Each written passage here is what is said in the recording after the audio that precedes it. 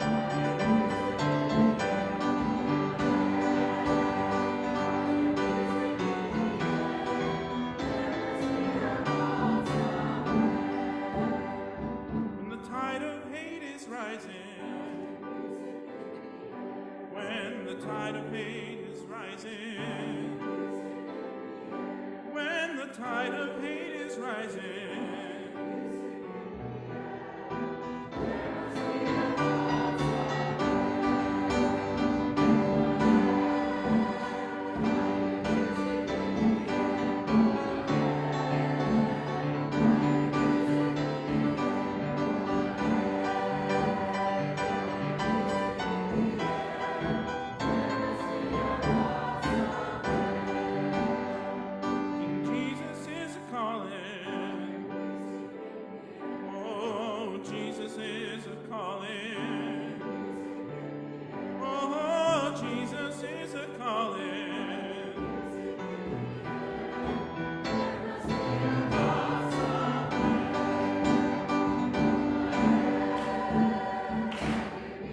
Good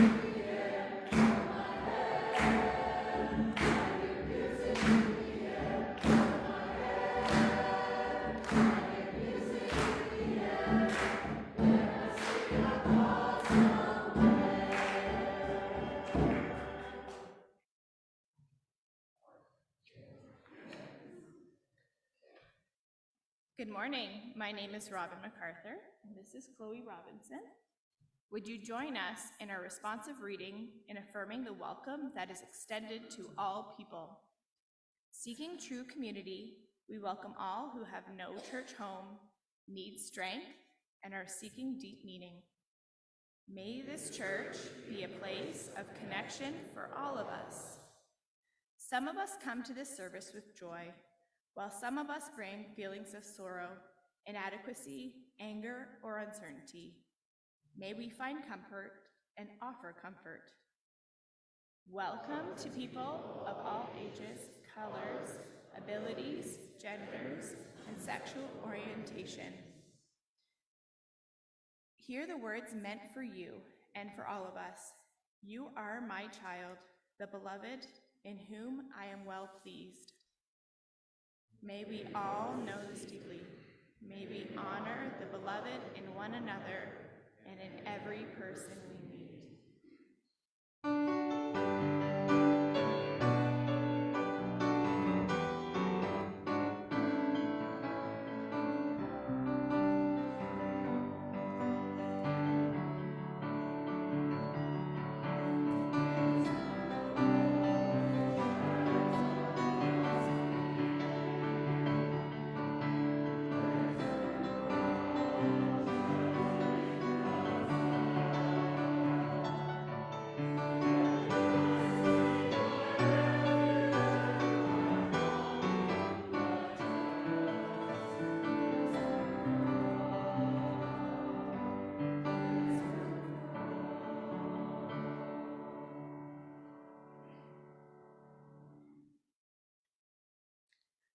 We continue our service with gratitude and respect as we remember together that this land, this planet, is sacred. We are on holy ground. Earth is our only home, and we are connected with all who live here. In every season, the earth offers us wisdom. We give thanks for the gift of clarity that winter brings. In the starkness of the leaf-stripped landscape, we become aware of what we did not notice before. On bare branches, chickadees perch to feed on sumac berries. Animal tracks leave stories in the snow. There is silence here too, an offer of deeply needed rest and summons for reflection. We lament that we have not honored our deep relationship with the earth. The climate crisis, the devastation of habitats, and loss of species are all calling us to learn and practice better stewardship. The Haudenosaunee, Shawanoton, and Anishinaabe people have cared for and shared this land for millennia. Generations ago, they welcomed newcomers who entered into treaties with them. Treaties and trust have been broken. We all live with the consequences. We seek to live into right relationship with all Indigenous people on whose land we have settled. We commit to listening to and respecting their wisdom. In this moment of silence, we ponder what is asking for our children, what is asking to be noticed and understood more clearly.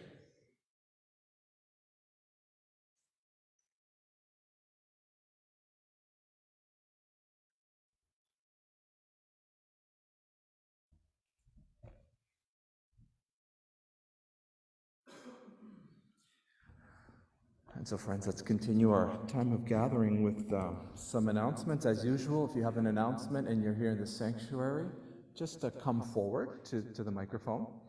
And if you're on Zoom, just type it in the chat, and I'll make sure that it gets read out to you. Just want to let you know that everyone is invited to coffee time and refreshment time following the service. Jack Reynolds has asked me to let you know that tax receipts are now available on a table in the upper hall. I'm going to be away this week from February 5th to the 11th. There's an announcement in the WhatsApp about getting in touch with Reverend Brenda Torrey from Emmanuel for urgent pastoral care. And next week, the Reverend Miriam Flynn will be filling in to lead worship. Also, save the date of February 25th for the annual congregational meeting following the worship service. Come on up, folks.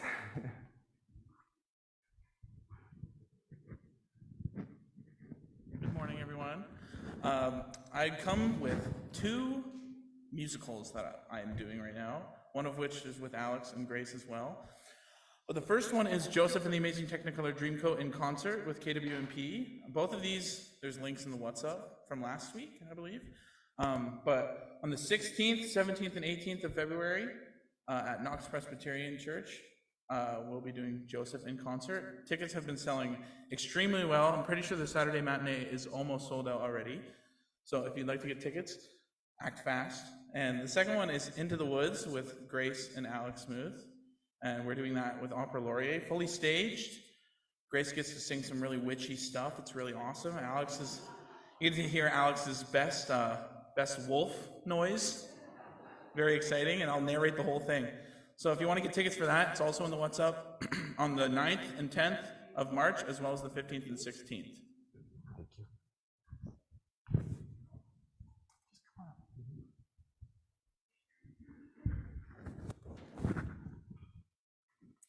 Good morning, everyone. My name is Jennifer Allen. I'm the past chair of Church Council, and I'm here today to provide an update on behalf of Council. But first, I'm going to give you a bit of background.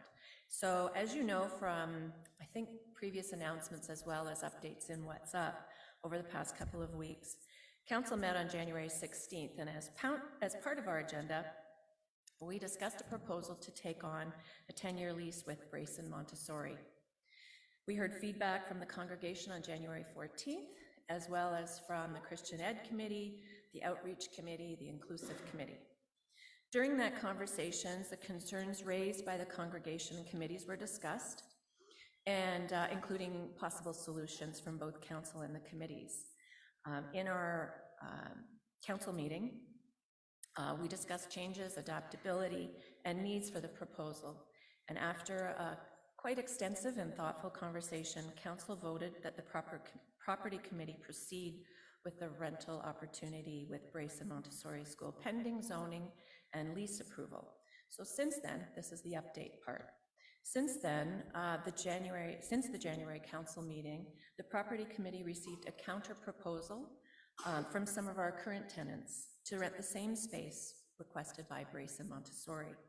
So council had an emergency meeting on February 1st to review all of the information, including significant changes to the original proposal by Brayson Montessori.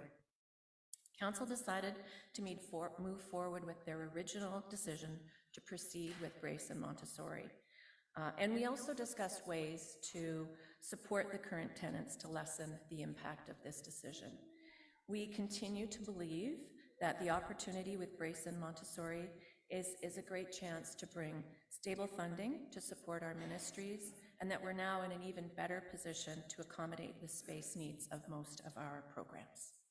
Thank you.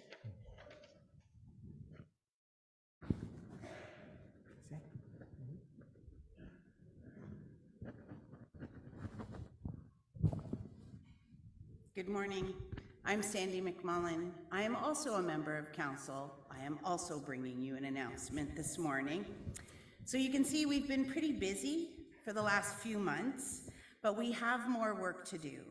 In March, council will vote on a remit from the General Council called Living into Reconciliation, which asks the church to give approval for whatever the Indigenous church determines in the future as the place it will have within the United Church, without the need for further remit approvals. Essentially, this remit allows the Indigenous church within the United Church to become autonomous This is a Category 3 remit and so requires a vote by every council. If a council does not register a vote, that is considered a no vote. This is an opportunity for us to answer the calls from the Truth and Reconciliation Commission, the United Nations Declaration on the Rights of Indigenous Peoples, and the United Church's Caretakers of Our Indigenous Circles calls to the church. So this action has been called by many before us. More personally, those land and territorial acknowledgements we read each Sunday, it's a chance for us to act in the spirit of those statements.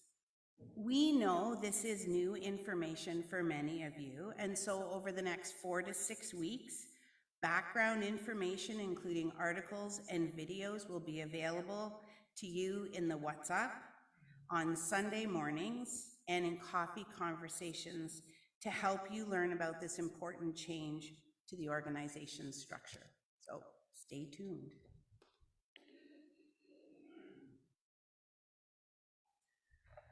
Thank you, Sandy. And also, so this week, the congregational newsletter is coming out, and there's lots of information in there. So really encourage you to look at that in the coming week. So I'm not seeing any announcements on Zoom. So friends, let's continue our time of worship with the anthem by our choir this morning.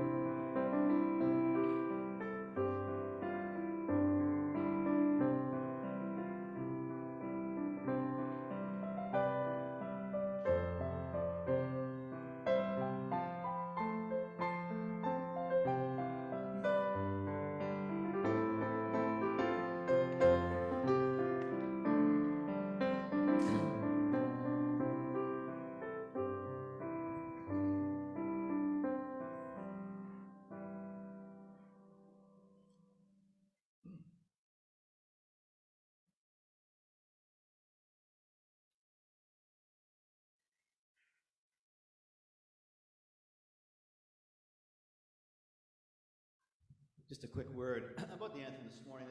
These are the words from Ben Alloway, the composer.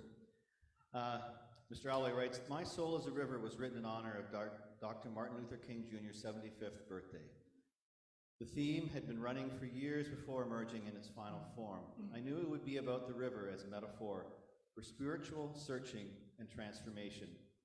But the theme took a new depth and breadth once the connection was made with Dr. King's favorite scripture from Amos.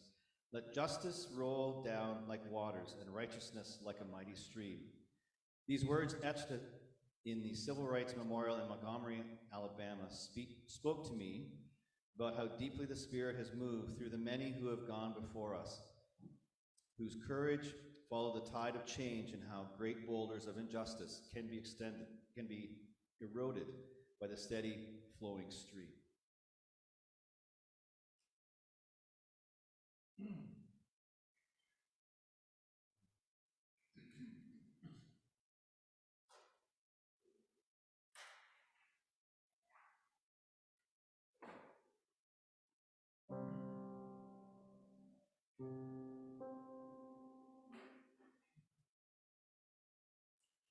My soul is a river. My soul is a river. My soul is a river, winding through a weary land. My soul is a river.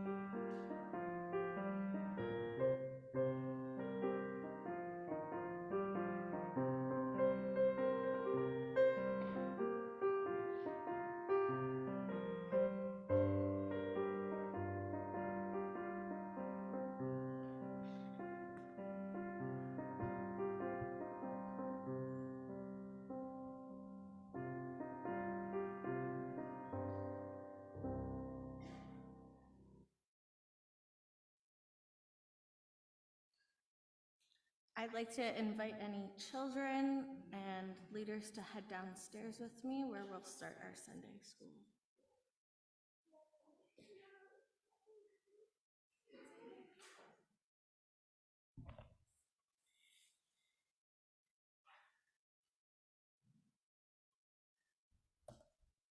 So, friends, as we prepare to hear a story from our faith tradition and listen for the word of God within it, let's prepare ourselves with prayer. Holy One, in our struggle to hear your word, bless even our doubts, our wonderings, our soul struggles, life's deep questions and deeper mysteries. Teach us to love our questions as well as our answers. Amen.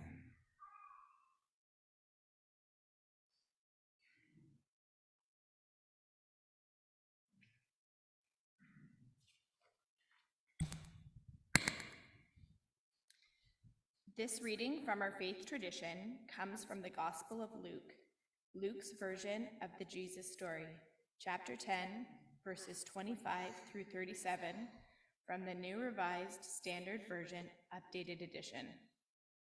An expert in the law stood up to test Jesus. "Teacher," he said, "what must I do to inherit eternal life?" He said to him, "What is written in the law? What do you read there?"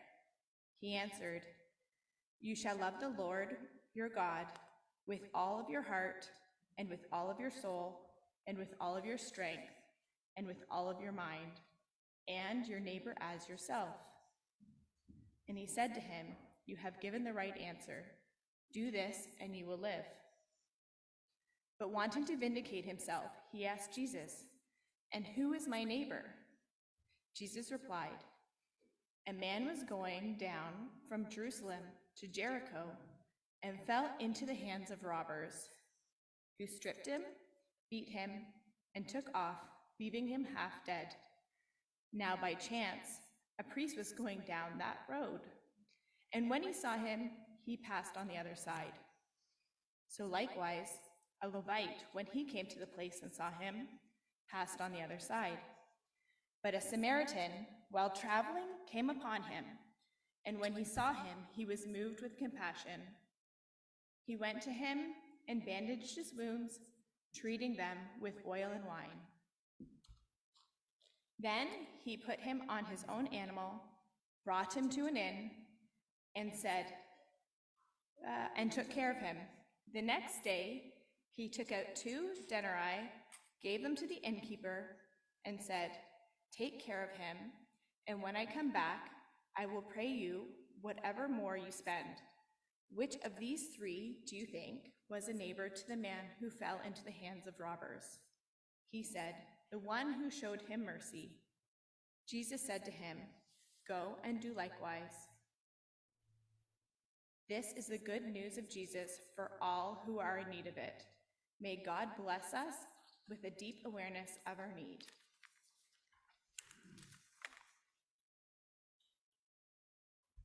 Thank you, Robin. And how about a hand for Robin for the level of difficulty with that scripture? Thank you. So it's my honor to introduce Dr. Betty Pries, and for some of you, Betty won't be a stranger, Betty is well known in United Church circles and has worked with Parkminster in the past. Betty is a highly regarded conflict change and leadership specialist. She's also a specialist in equity, diversity, and inclusion, and offering support to organizations in this way. She's co-founder and CEO of Credence & Company. Betty has a PhD from the Free University Amsterdam on the topic of conflict transformation. She's a chartered mediator with the Alternate Dispute Resolution Institute of Canada and a member of the ADR Institute of Ontario. Betty is a regular instructor at the University of Waterloo. She is a lifelong Mennonite, and as she says also an almost lifelong contemplative. Betty is an active member of Waterloo North Mennonite Church. So Betty, welcome to Parkminster.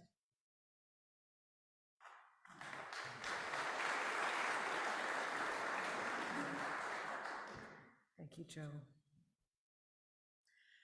For most of the first 20 years, let me try that again. For most of the first 29 years of my life, I lived in the city of Winnipeg. And the city is beautiful in so many ways. The winters are gloriously sunny. There is always a waterway nearby, and maybe because everybody knows each other, the city is known for its kindness. But there is also another story of Winnipeg which is less pleasant, and that is the history of racism in that city. Winnipeg is a city of deep social divides. Anglophones were on top, and below them, the people were stacked like in a caste system based on their culture of origin. Ukrainians came under Italians, Italians under French, and French under English. And below all of those of European origin were those with African and indigenous ancestry. And while there were relatively few Black people living in Winnipeg when I was growing up, the racism against the many indigenous people in the city was absolutely visible. I am pleased to say that Winnipeg has made some great strides, and despite its history of racism, it's also a city with a penchant for justice. After all, it is the city of the Great General Strike in 1929, if any of you know that story. And slowly, and sometimes with more backward steps than forward steps, the city is reshaping itself.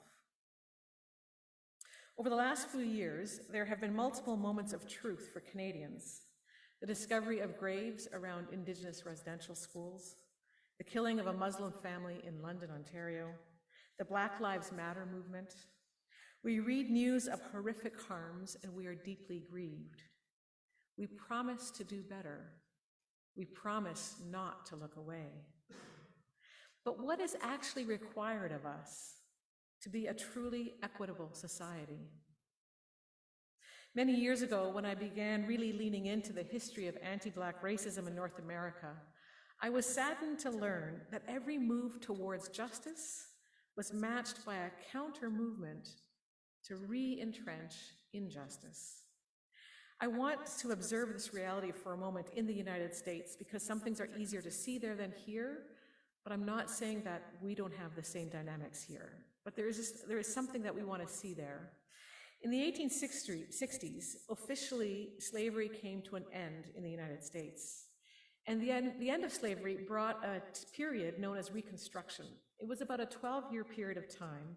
And during this time, there was a flourishing of Black businesses, Black doctors, Black communities, all building new and hopeful futures for their communities. And then there was pushback. The South received tacit permission from the North to institute segregation and anti-Black racism. This brought with it profound injustice, killing, and horror to many Black communities that lasted for decades. In the 1960s, the civil rights movement pulled back the veil from many people's eyes and ushered in an end to segregation. Here in Canada, although we didn't have official segregation, there was a wrestling with our own experiences, our own tendencies towards racism as well. But again, there was pushback, this time in the form of ongoing exclusion and in the form of the war on drugs and in the anti-abortion movement. Both of these were thinly veiled strategies to keep Black people down. I have been teaching equity workshops for almost 10 years now, and knowing the history of the pushback against equity movements, when the Black Lives Matter marches swept North America, I wondered, where will the pushback come from this time? What will it look like? Well, it came. The anti-woke movement, alongside anti-woke laws, have been swift in their efforts to maintain a social class hierarchy that ensures white people remain on top of the North American caste system. And to just give you a small little anecdote about that, twice in the last few months, I've been asked to teach equity workshops, but I'm not allowed to use the words equity, diversity, or inclusion. It's an interesting tightrope to walk. While it is easy to become discouraged, equity movements depend on our collective capacity to maintain hope in the face of sorrow. They depend on us deepening our commitment to the fundamental truth that each person is made in the image of God. And to consider what this means for us, I'd like to revisit an old and beloved parable from the New Testament. You know the passage, we just heard it. It is the story of the Good Samaritan. When you heard the text read, with whom did you identify? The priests, the Levite, the wounded man on the side of the road, the Samaritan, the innkeeper, the thieves. There are a lot of options about who we might identify with in that story. Before we engage the question of whom you identify with, I would like to offer a bit of grace to the priest and to the Levite.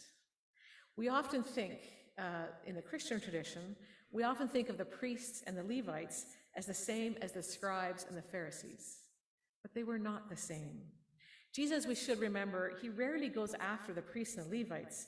In fact, the priests and the Levites were not really people of power, nor were they wealthy. The priests and the Levites would have lived spread around Israel, and in addition to their commitment to the temple, most of them also had to take other jobs to make ends meet. And plus, because they were not based in Jerusalem, they would have to travel long distances to fulfill their yearly duties in the temple. It is likely that the two men in our story, the priest and the Levite, it is likely that they are on their way home. And why did they not stop to help this man on the side of the road? There are many reasons why for them not stopping made sense. Perhaps the men on the side of the road passed by because they were afraid for their own lives.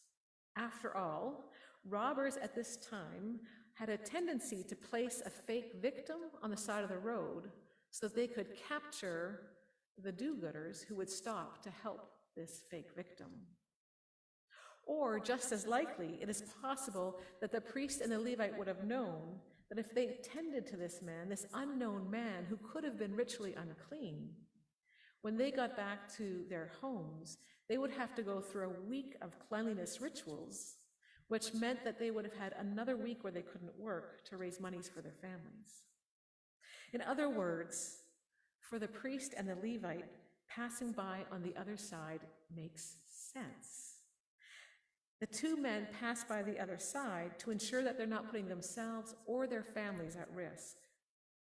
The people listening to Jesus, they would have understood the dilemma the men were in. And so this story, the presence of the priest and the Levite, makes this story poignant for the listeners. On the one hand, the crowd sympathizes with the two men. And on the other hand, they sympathize with the man wounded at the side of the road. It's like the listeners, it's like they're caught between a rock and a hard place. And so by the time that the priest and the Levite, by the time they pass by the wounded man, there is a dramatic tension present in the story.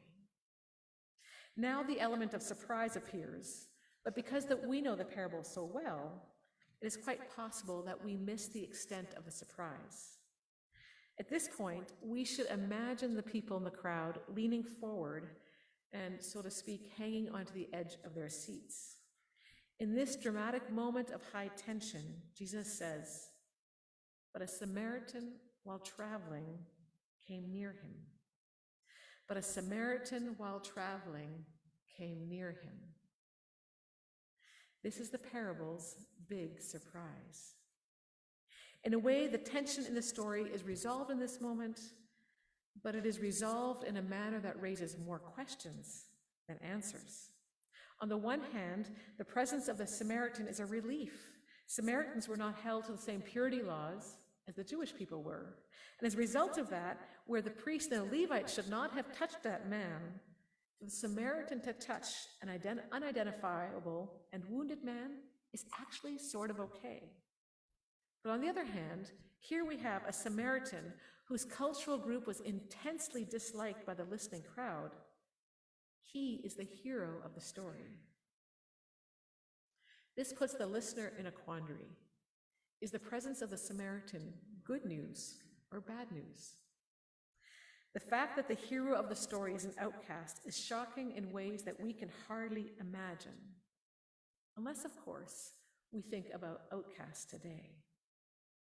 If we allow ourselves to place into the role of the Samaritan those who are outcast today, or those that we find distasteful, or those with whom we disagree, and if we place ourselves into the story in a manner that allows us to experience this discomfort, then we come close to what the first century listeners would have heard.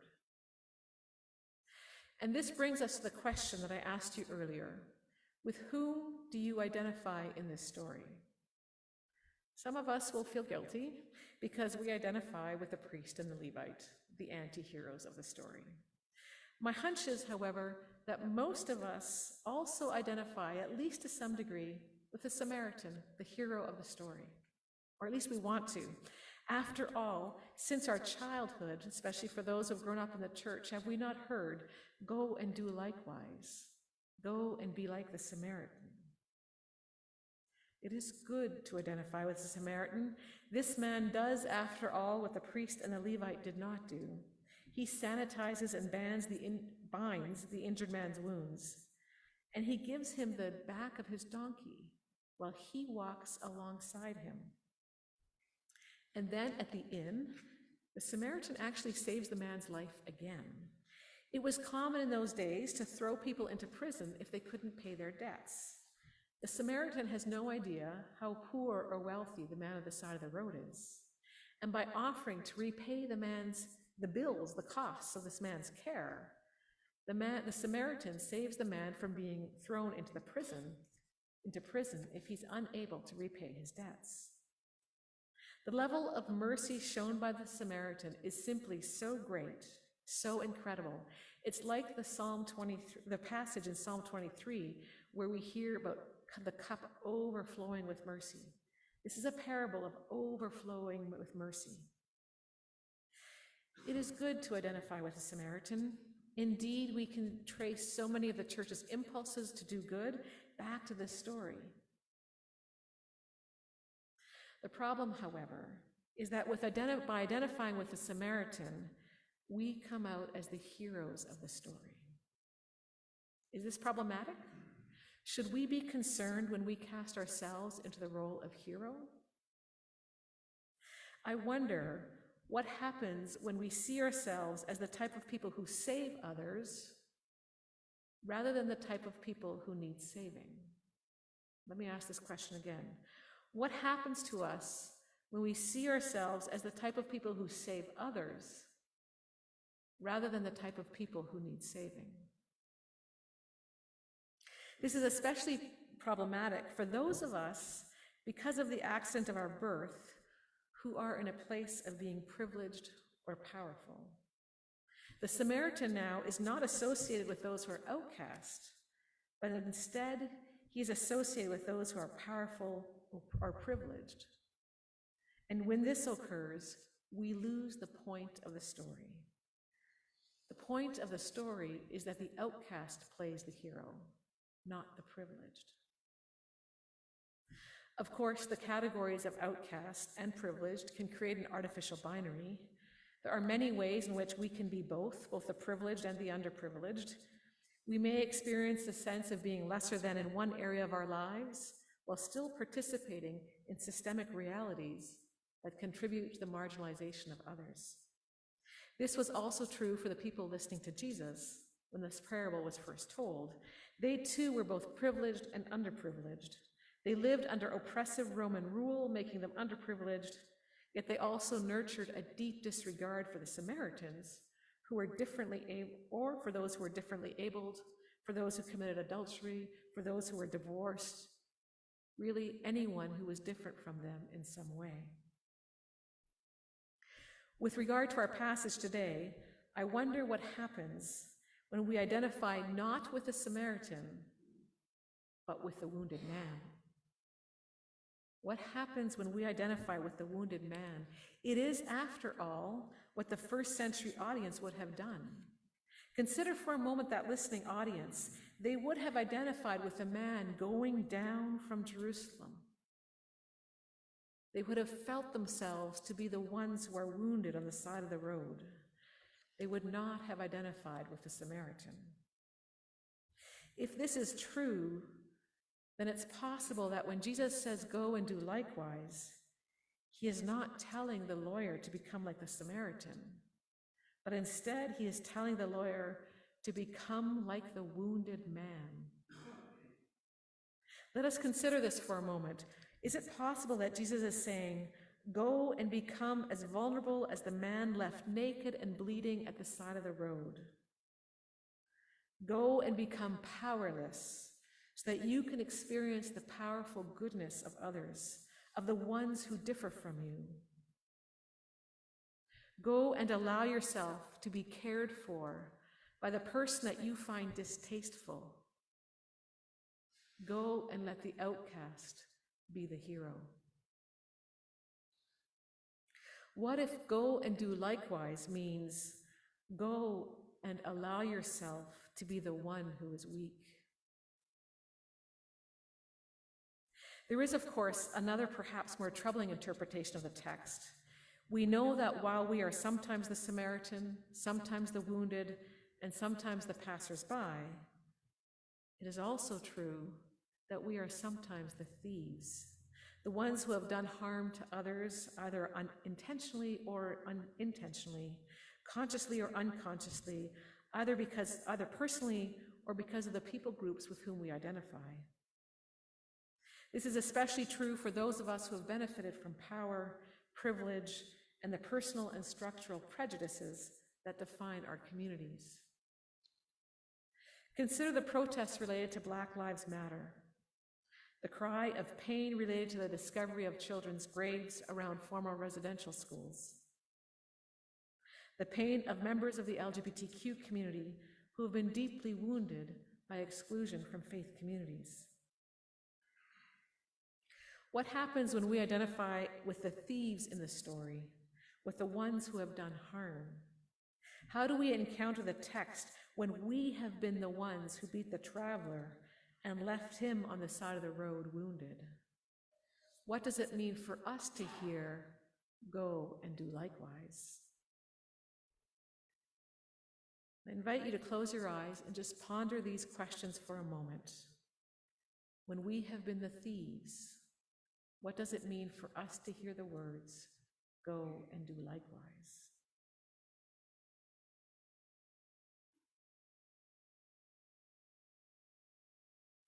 At a minimum, when Jesus says, "Go and do likewise," and lifts up the heroism of the Samaritan, he invites us to put an end to our thievery. Over these last years, we have seen so many of our communities become divided. We have taken hard stances against one another. Often we have judged rather than listened. We have spoken in ways that have harmed even when we seek to undo harm.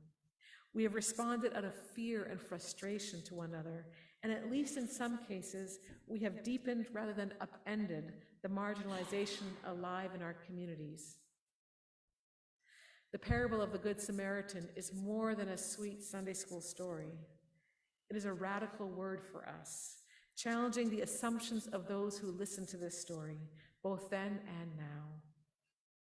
The parable challenges the biases we hold about one another. It forces us to consider how we engage with one another, and it invites us to consider anew what it means to be a neighbor.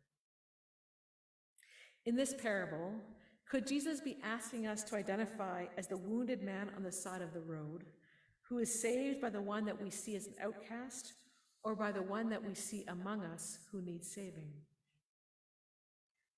Could we be asked to identify with the priest and Levite, who by all accounts legitimately pass for their own protection, but nonetheless leave the wounded among us to suffer?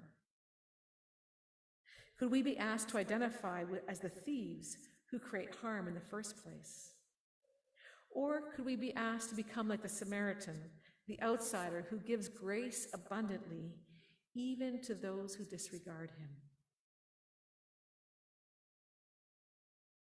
When Jesus says, "Go and do likewise," he invites us to come close, both to our vulnerability and to our strength, both to our nakedness and our willingness to clothe the naked. The text invites us to wrestle with our guilt, whether we are passers-by, the thieves, or those in the crowd whose biases and assumptions are exposed as the story is told. There is, of course, one more way to engage this story. The Samaritan, after all, is the Jesus figure in this story. If this is so, when Jesus says to the lawyer, "Go and do likewise," it is also possible to hear Jesus say, "Go and allow yourself to be loved by me, to be transformed and strengthened and cared for by me, to be anointed with oil by me." What would it mean for each of us here to an encounter with God's presence where we know deep in our bones that it is we who were being carried on the back of the donkey as Jesus walked alongside us? In whatever way you encounter the story today, the words of invitation remain the same. Go and do likewise. Get in touch with your vulnerability. Recognize your brokenness. Become vulnerable like the wounded man. Allow yourself to be healed by those who are outcast, by the people you find distasteful. Recognize Jesus in the people you dislike. Go and do likewise. Get in touch with your vulnerability. Recognize your brokenness. Become vulnerable like the wounded man. Allow yourself to be healed by God's great love and by God's transforming and healing power. Go and do likewise. Become like the Samaritan. Attend to the wounds of the people around you. Allow yourself to become the hands and feet of Jesus in the world, in a world so much in the need of healing.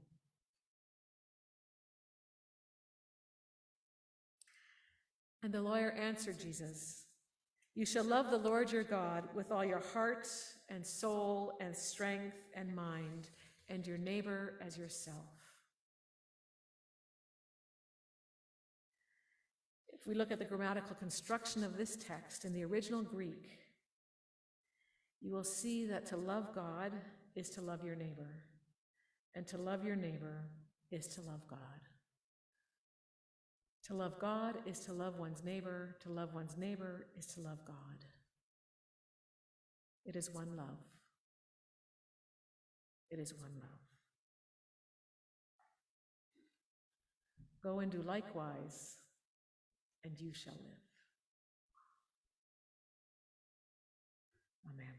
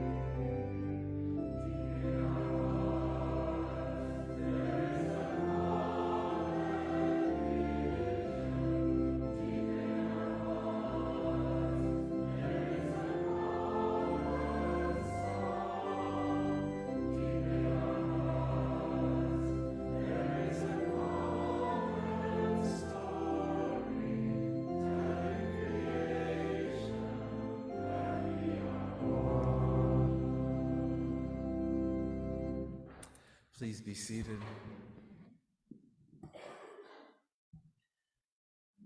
Friends, like the Samaritan, when we see our lives as a cup overflowing, we want to respond in generosity.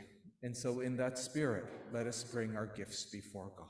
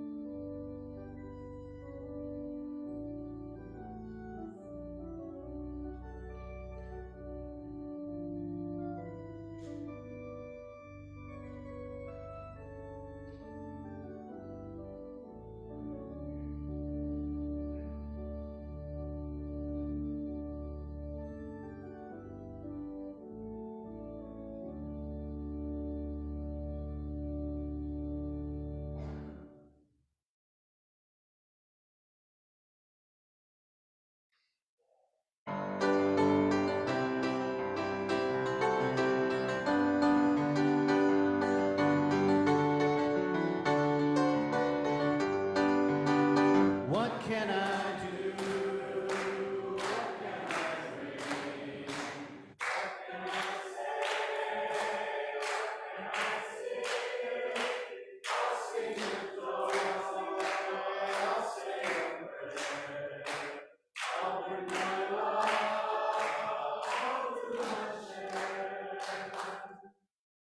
Holy One, we come before you with these gifts, acknowledging that wherever you are, we are in your story, whether we are giving or whether we are receiving. We ask for your blessing, that the gifts here today might be used to heal both the givers and the receivers.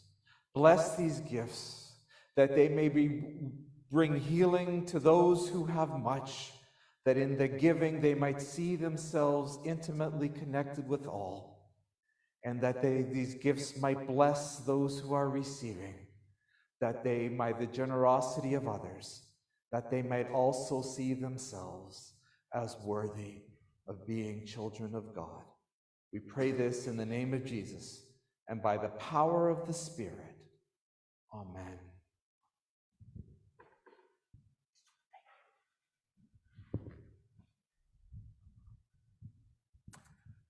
Friends, please be seated.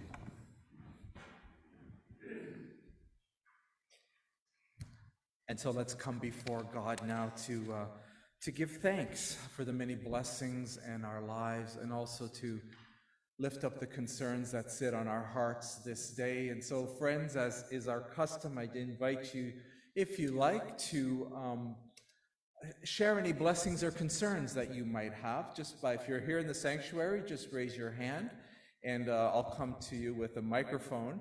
And if you are on Zoom, just type them into the chat, and we'll make sure to share them as well. So I don't have any in my list here to share today. I'm wondering, are there any blessings or concerns that you might have out in the sanctuary?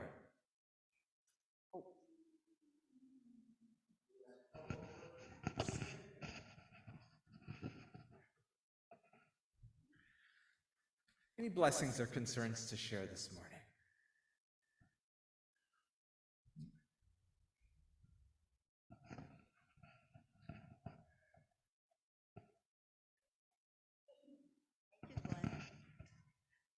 Well, I don't know how many of you realize, but Parkminster United Church has been in partnership with a group called KWAG, we call it, which stands for Kitchener-Waterloo Outreach Group. And this church, with KWAG, have sponsored 5 families to come to Canada.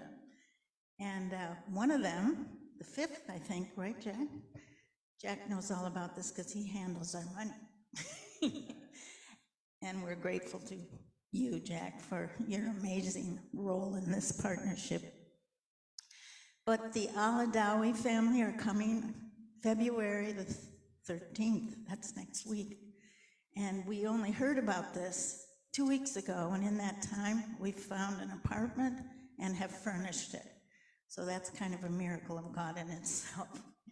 But just to let you know, whether you know or not, this church is playing a significant role in the lives of new Canadians. So thank you very much.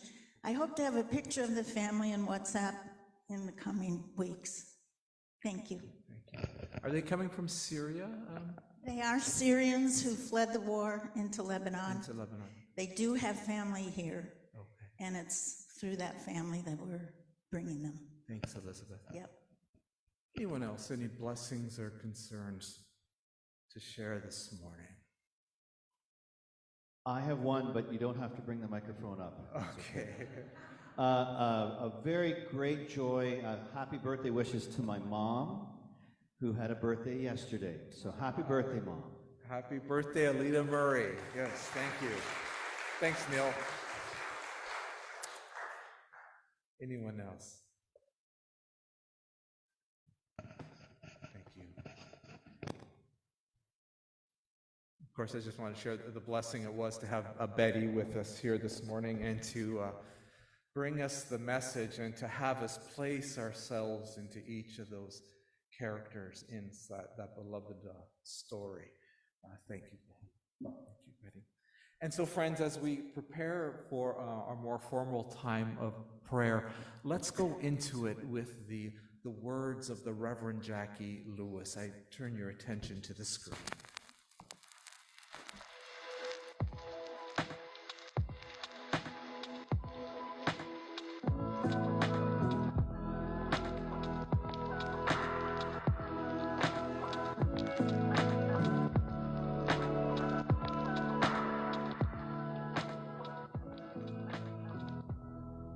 That we will all, that the whole creation will be whole. That the whole creation will be whole. That in the way that we talk about Ubuntu, a human is a human to other humans, that when there's a hungry child in Detroit, or if they're shooting people in Laos, my stomach is growling and I'm grieving the loss of life, that we are inextricably connected, and that we know that profoundly is God's dream. That people get to be who they are, love who they love, wear what they want, and we celebrate that. We just go, oh, look at that amazing diversity. And God's going, yep, I did that. Look at me. Yep, I did it. Yeah. Right, and I'll do it again. I think she wants to be loved and wants us to bask in the delight of each other. Yeah. And I think we can participate in it because it's easy. That's easy. There's so much hard, but it's easy to notice. It's easy to notice the beauty of another person and be mystified by the miracle that is them.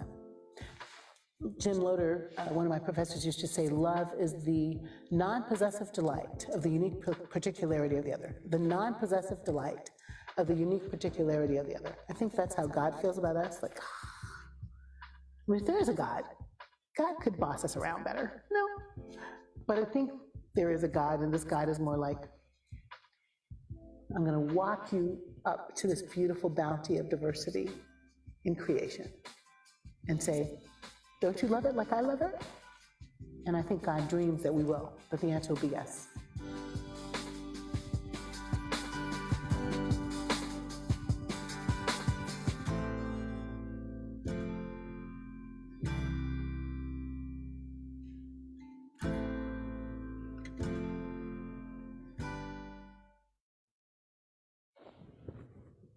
Holy One, we begin with thanks,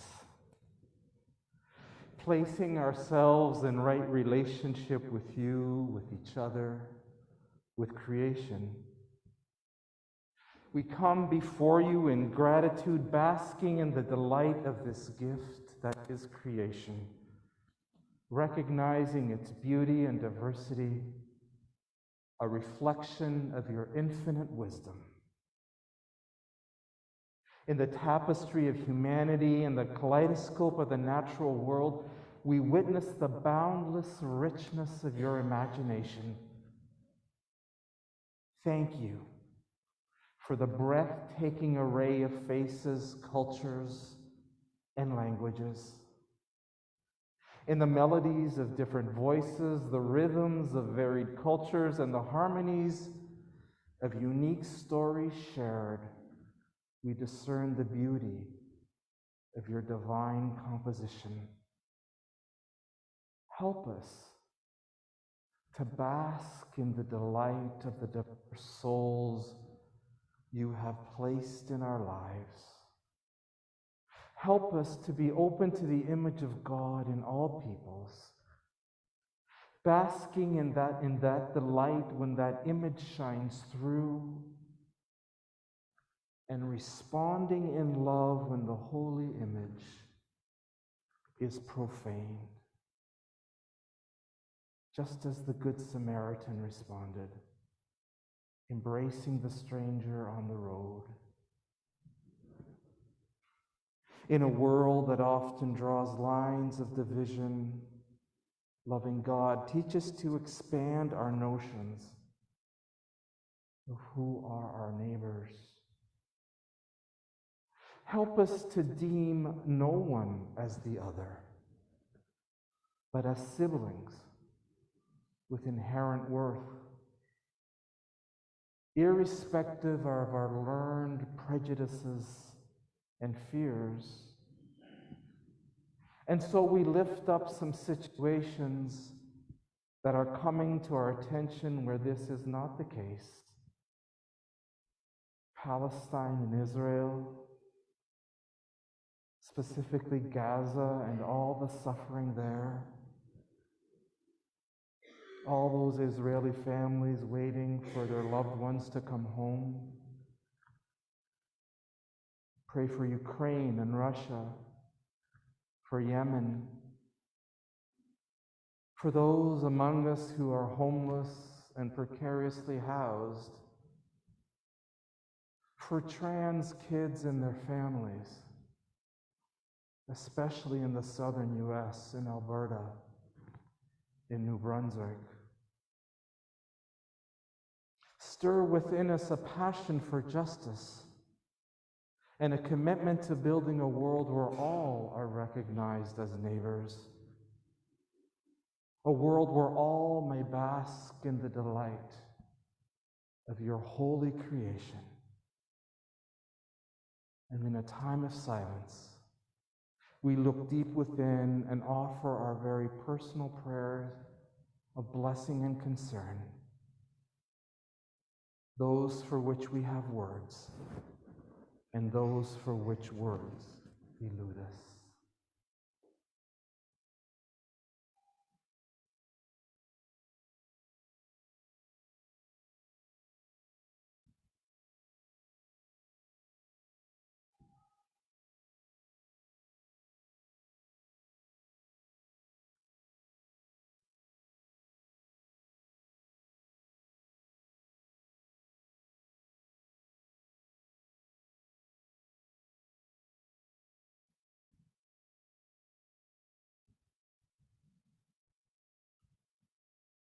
Friends, as we let go of our prayers and seek God as the answer to all our yearnings, You are invited to choose how you address the holy as we join our voices together to sing the prayer that Jesus gave us.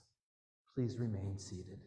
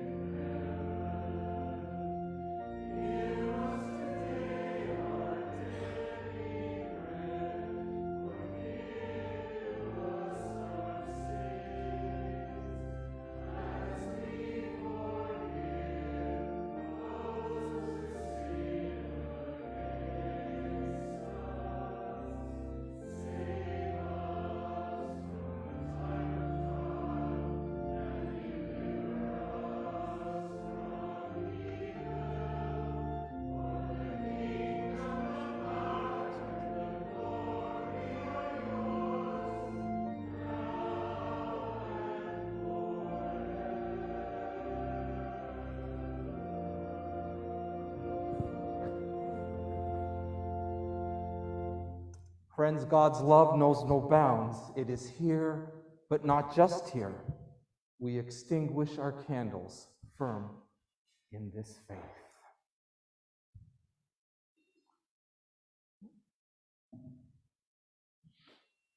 And so may the smoke that rises from the flame be a reminder that the Spirit goes with us from this place, absorbed into our daily living, leading us and calling us to a deeper faith and joy.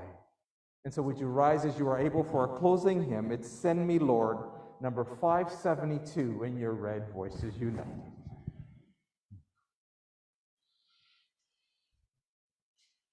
You are welcome to be the leader with Xander, but I would recommend that you are the all, please.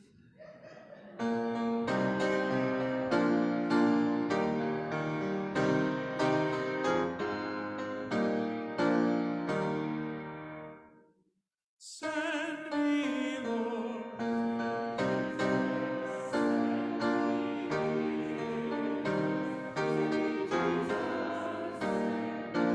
Lead me, Lord.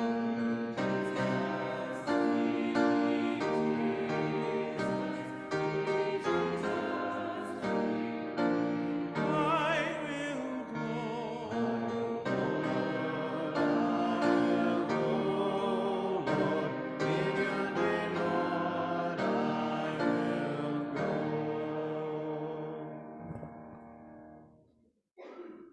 So friends, in the words of the parable, go and do likewise. Go and be the vulnerable one who is in need of grace. Go and be the one who helps. Go and be the one who is in need of mercy and forgiveness. For whoever you are in the story, God's grace is there with you. Amen.